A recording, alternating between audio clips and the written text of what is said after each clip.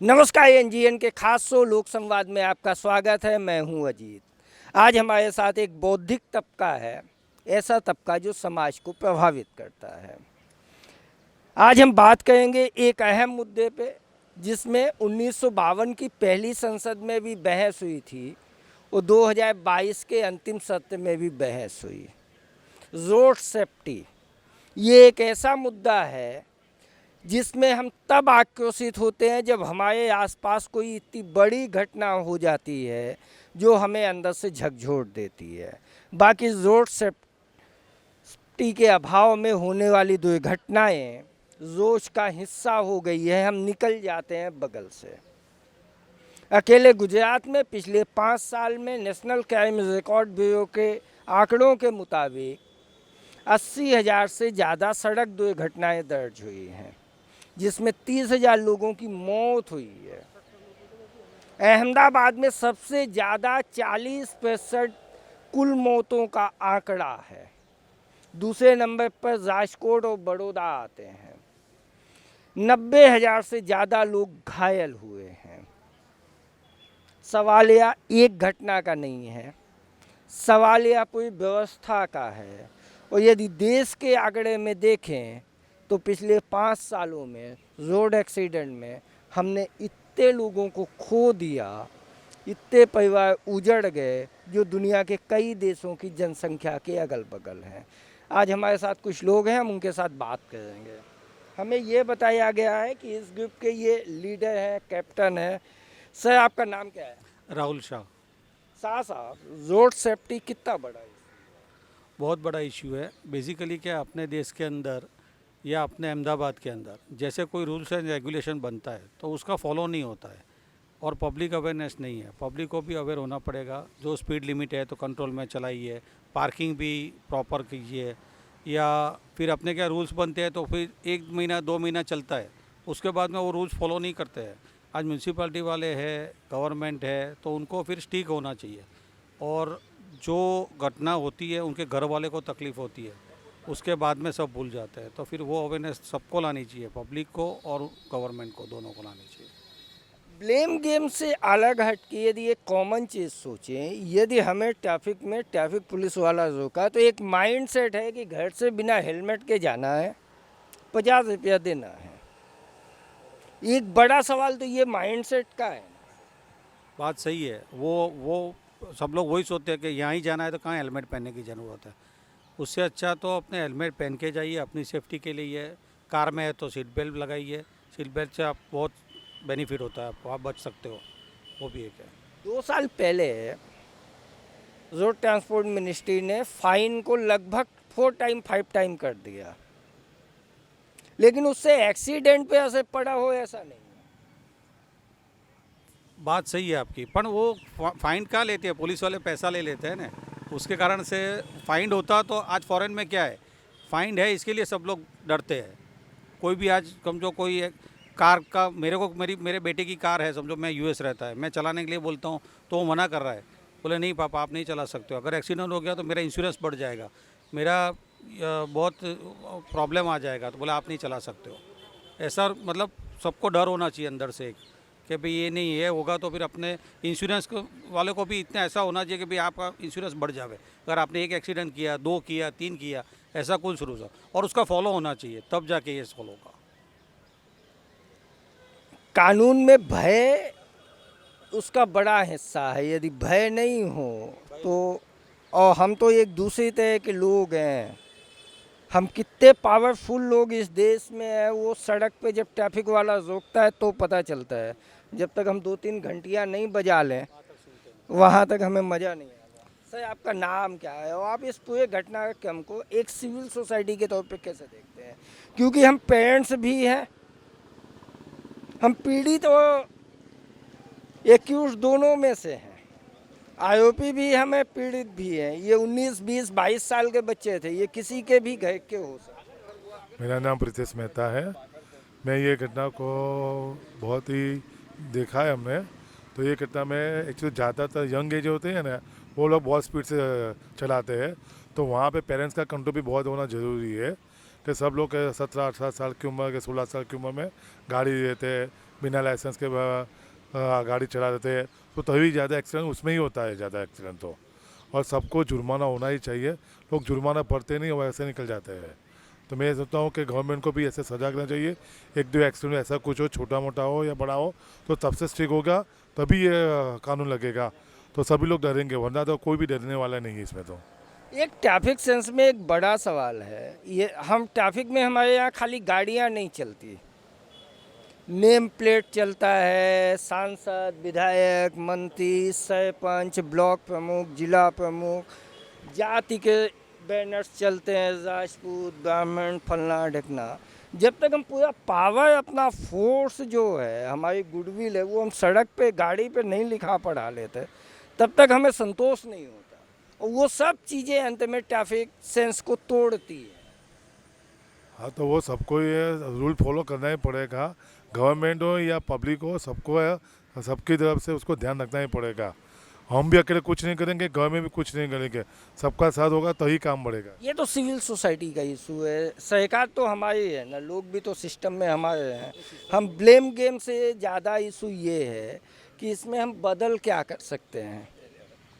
बस पहले बदलाव तो हमको अपने में आना पड़ेगा, उसके बाद सिस्टम तो अपना काम करिए, तो हमको भी अपना बदलाव लाना जरूरी है। जब तक हम नहीं बदलेंगे तो सिस्टम कुछ काम की नहीं रहेगी। हम बदलें, क्योंकि अंत में पीड़ित हम होते हैं। एक कंपनसेशन टोकन अमाउंट डिक्लेयर होता है, वो भी तब होता है जब आप बल्क में मरे। हिंदुस्तान में कंपनसेशन भी तब मिलता है जब आप कितनी बड़ी तादाद में मरे, उससे घटना की गंभीरता पता चलती है। सर, एक एजुकेशन, ट्रैफिक एजुकेशन बड़ा सवाल है। इसको हमें सिलेबस में कई स्टेट ने इन्वॉल्व किया, लेकिन वो पार्ट से आगे नहीं बढ़ा। एक्चुअली में सड़क में चलने के जो नियम है, हकीकत ये है कि वो हमें भी नहीं पता होते। हम 20 साल 22 साल चलाते हैं, पैदल हमें कैसे क्रॉस करना है और ट्रैफिक रुकेगा। तो आप इसको एजुकेशनल बेस से कैसे देखें? मेरा नाम पारस संघवी है और ये ज़रूरी है आपने जो बताया कि भाई ये शुरुआत से जो स्कूल में बच्चे पढ़ते हैं वहाँ से उनको ट्रेनिंग या उनके जो रूल्स हो समझाना चाहिए, कैसे चलना होता है, दाएं बाएं देखकर चलना, रोड क्रॉस करना वगैरह। प्राथमिक जो एजुकेशन हो उसके रिलेटेड से बाद में 18 साल के बाद जो लाइसेंस मिलता है उसमें भी कैसे ड्राइविंग करना है, लेफ़्ट साइड चलाना है वगैरह, जो भी छोटी छोटी चीज़ है सबको व्हीकल लेने से पहले वो जानकारी होनी चाहिए, वो एजुकेशन मिलना ही चाहिए। उसके बाद ही कोई भी व्हीकल चलाए तो फ़र्क पड़ेगा एजुकेशन के साथ। पब्लिक ट्रांसपोर्ट इसमें कितनी भूमिका निभा सकता है? यदि पब्लिक ट्रांसपोर्ट सिस्टम बड़ा किया जाए तो अपने आप प्राइवेट ट्रांसपोर्ट सिस्टम कम हो जाएगा। रोड एक्सीडेंट का ज़्यादातर जो हिस्सा है वो प्राइवेट ट्रांसपोर्ट से है। बरोबर है, वो भी ज़रूरी है क्योंकि पब्लिक ट्रांसपोर्ट में भी अभी ऐसा है, हमारे यहाँ पर पब्लिक इतनी है तो उसकी भी मतलब क्वांटिटी बढ़ानी चाहिए और फ्रीक्वेंसी बढ़नी चाहिए, और जो भी मतलब उसके लिए करना पड़े गवर्नमेंट को वो भी एक्शन लेना चाहिए। उस हिसाब से मतलब लोग उसके ऊपर डिपेंड ज़्यादा रहेंगे और व्हीकल भी कम होंगे, ज़रूरी है वो भी। सर, आपका नाम क्या है और आप इस सिस्टम को कैसे, यदि आपको एक दिन का रोड ट्रांसपोर्ट मिनिस्टर बना दे तो आप क्या बदलाव करें? मेरा नाम राकेश शाह है। एक्चुअली स्ट्रिक्ट होना चाहिए आरटीओ, और जो किड्स हैं बहुत तेज़ में चलाते हैं। अभी मेरे साथ मेरे लड़के भी है, कज़िन भी है, और छोटे बच्चे बहुत स्पीडी चलाते हैं, लड़का लड़की लोग। तो उनको बोलना पड़ता है कि भाई आप थोड़े शांति से चलाओ। अब मेरा एज अभी 51 है, तो मैं 30-40 के आसपास, मैक्सिमम 50 स्पीड 60 तो बहुत होगा हाईवे पे, और लड़के लोग 100-120 पे चलाते हैं। और लेकिन सर, अब गाड़ियाँ भी ऐसी हैं, यदि हमें 35 में ही चलानी है तो मारुति 800 नहीं चलाए, फिर जगुआर क्यों लेवे यार? हमारे यहाँ पे रास्ते भी छोटे हैं, इतने जगह भी कम और पब्लिक ज़्यादा है, तो बच्चे लोग फास्ट चलाते हैं बराबर, और एक्सीडेंट जिसका होता है और जो आदमी मर जाता है उसकी फैमिली को कितनी इफेक्ट। उसमें तो दोनों, ये एक्सीडेंट तो दोनों को पे नहीं देता है ना, क्योंकि एक्सीडेंट तो होना ही नहीं चाहिए एक सभ्य समाज। मैं कभी गाड़ी चलाता हूँ तो हमारे लड़के कजिन जो उसको डांटता रहता है, शांति से चलाओ, क्या प्रॉब्लम है तुमको? हाँ, कहीं पे कोई प्रॉब्लम आ गया, अकस्मात आ गया, तुम पहुँच जाओ, नहीं जल्दी चलाना है। 100 की स्पीड में तुम हाईवे पे चलाते हो राजस्थान में, क्या होगा फिर? और गाड़ी को कुछ होता है तो हमको भी इंजरी, सामने वालों को भी इंजरी। आराम से चलाओ, क्या प्रॉब्लम है? थोड़ा जल्दी निकलो।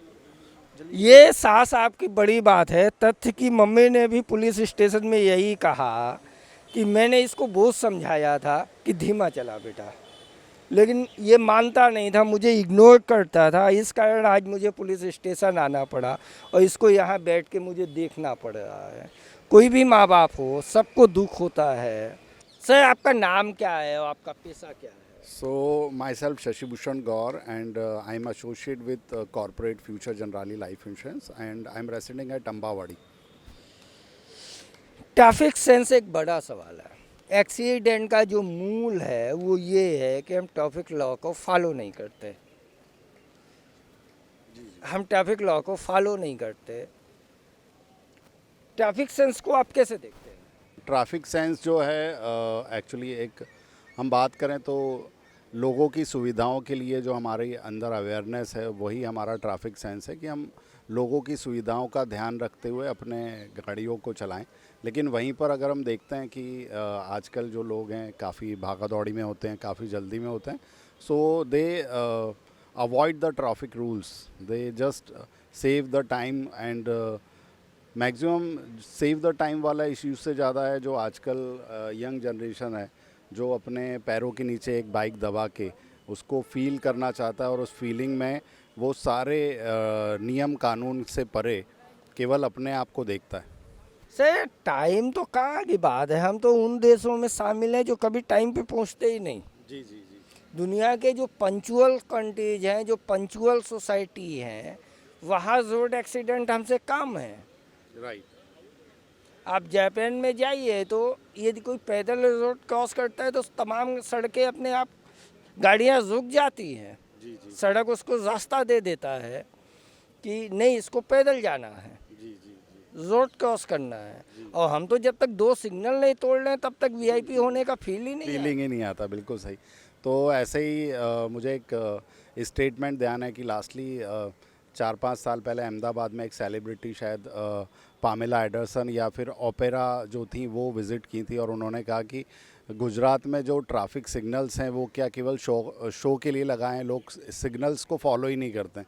तो ये एक ट्रेंड देखा गया है कि लोग जो हैं सिग्नल्स को तोड़ते हैं और ज़्यादातर जैसे देखा कि सिग्नल तोड़ने से ज़्यादा जो ट्रैफिक रूल्स हैं, जैसे हम बोल रहे हैं हाई स्पीड्स की जो बात है, तो स्पीड्स के चलते जो एक्सीडेंट हो रहे हैं वो आज का बड़ा करंट अफेयर है। जहां पर आप देख रहे हैं कि अहमदाबाद में रिसेंटली एक इंसिडेंट हुआ जिसमें 9 लोग जो हैं डिसमाइज हो गए हैं और जो हाई स्पीड के कारण हुआ, हाई स्पीड के कारण। सो बड़ा स्पीड कंट्रोल करना और अपने ट्रैफिक सेंस को फॉलो करना बड़ा एक चैलेंज है। इवन आप देख सकते हैं कि लोग जो है गाड़ियां भी इस तरीके से पार्क कर देते हैं जहां पर ट्रैफिक भी अपना चल नहीं पाता। तो लोगों का इवन पार्किंग का भी अवेयरनेस नहीं है। यानी लोग जैसे अगर हम एक उसको नॉर्मल लैंग्वेज में कहें या बिल्कुल लेमैन लैंग्वेज में कि लोगों के पास 10 लाख रुपए की गाड़ी होती है लेकिन 10 रुपए की अकल नहीं होती है वो गाड़ी पार्क कहाँ करें। ये एक बड़ा सवाल है, ट्रैफिक सेंस का बड़ा सवाल है। और इसको यदि हमें सुधारना है तो इसको हमें कहीं ना कहीं अपने सलेबस में शामिल करना होगा, इसको अपनी ज़िंदगी में शामिल करना होगा। हमें तय करना होगा कि कम से कम एक ट्रैफिक रूल को हम फॉलो करेंगे। आज तो हम सिग्नल नहीं तोड़ेंगे, आज हम हेलमेट लगा के चलेंगे, आज हम ओवर स्पीड नहीं करेंगे, आज हम पार्किंग सही जगह करेंगे। यदि हम एक एक सुधरेंगे तो सब बदल जाएगा। बाकी हाथ से हमेशा दर्द देते हैं और रोड एक्सीडेंट तो ज़्यादा भयानक दर्द देती है। मरने वालों की वह एज नहीं देखती, मरने वालों का वह बैकग्राउंड नहीं देखती। आप एक परिवार बिखर जाता है, कुछ नहीं मिलता, समय पे भी हम नहीं पहुंचते। हम दुनिया के उन देशों में शामिल हैं जहां लोग सबसे लेट आते हैं। आयोजन भी 7 बजे का है तो आदमी ये समझता है कि ये तो 7:30 के बाद 8 के बाद चालू होगा। तो ट्रैफिक नियम का पालन करने में भलाई है आपकी, हमारे सबकी। या सो आपको कैसा लगा कमेंट्स बॉक्स में बताइएगा। चैनल को लाइक, सब्सक्राइब और शेयर करना ना भूलिएगा। आप किस विषय पे लोगों का ओपिनियन जानना चाहते हैं वह भी हमें बताइएगा ताकि हम उस विषय पे कर सके बात, लोक संवाद। क्योंकि आपका ओपिनियन मायने रखता है हमारे लिए, डेमोक्रेसी के लिए। इजाज़त दीजिए, फिर मिलेंगे नई जगह नए विषय के साथ। मैं अजीत, कैमरा पर्सन हनीफ सिंधी के साथ।